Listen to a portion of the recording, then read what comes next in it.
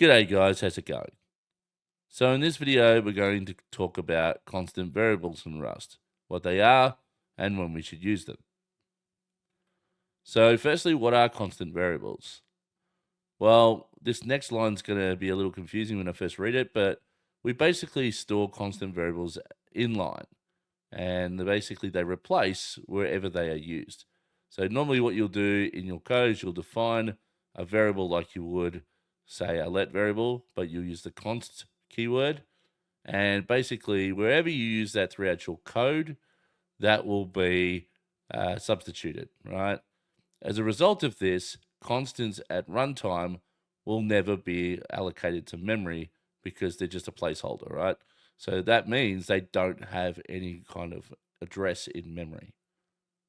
They don't really technically exist, right? They only exist at compile time. Now, as a result of only existing at compile time, they have to be immutable, right? Because we can't write to something that doesn't exist in memory. So that is why they must be immutable.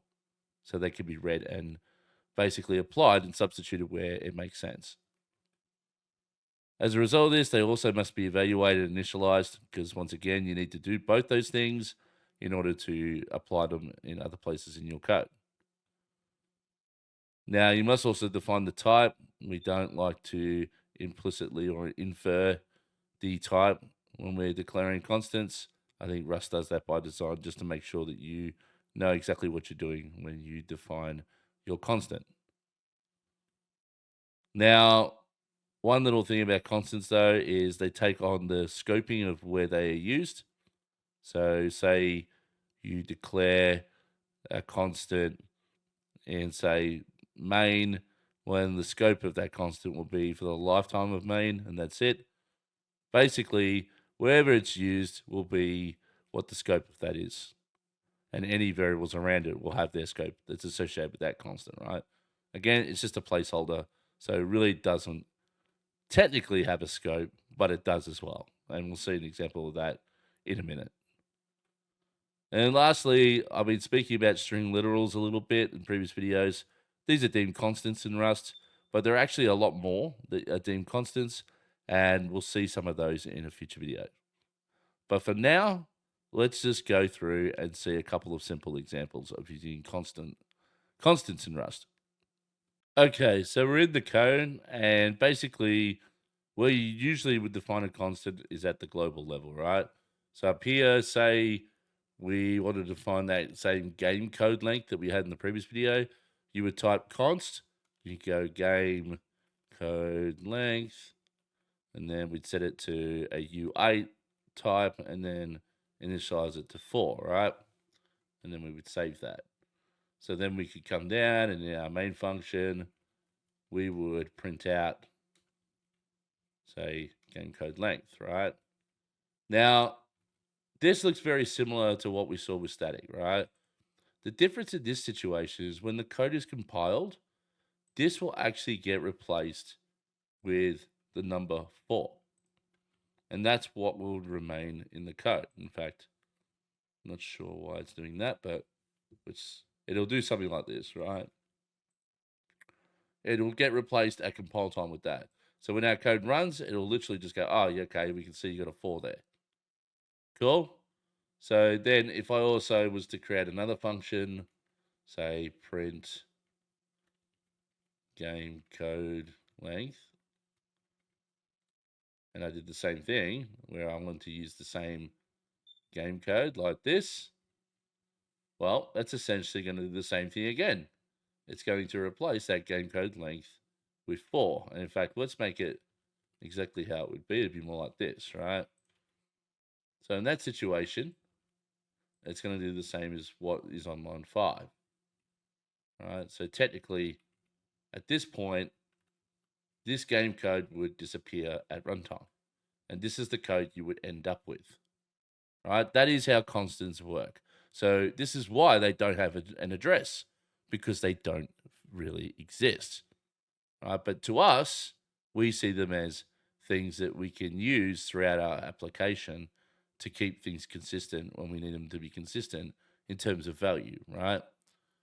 Now, like I said previously, this is a lifetime it does have a lifetime, a constant. So at this level, this is the scope of the application or module. I haven't really spoken about modules yet, but this is where this can be accessed essentially. So that's the reason why we can access this here. And I'm going to get rid of that line. And we also can access it down here, right? We can access it in both places. And this code will be just fine if I just call it. All right, so this will execute and it's going to print out 4 twice, right? Now, what if I decided instead that I wanted to scope the constant to, let's say, main, right? So main will be fine, but just like we would with regular variables, now we have a value that we can't access inside of this function because it's not scoped to anything above this function. Cool. So hopefully that makes sense. Now, in terms of the values that we can support for a constant, it's mostly your value types that we've seen. So your U8s, your I8s, your booleans. So we can change this to say false, and this will still work, right? We can use tuples. So I can say maybe a tuple with a string and a number. So then I just have to set the type here to a string slice and let's say I32, right? And in that regard, well, it's going to complain here because I need to set it up like that. Right, but this can work too. You can see that it prints it out both there. And the same thing happens, it replaces both areas and in the code, and then we'll just basically replace this with this, right?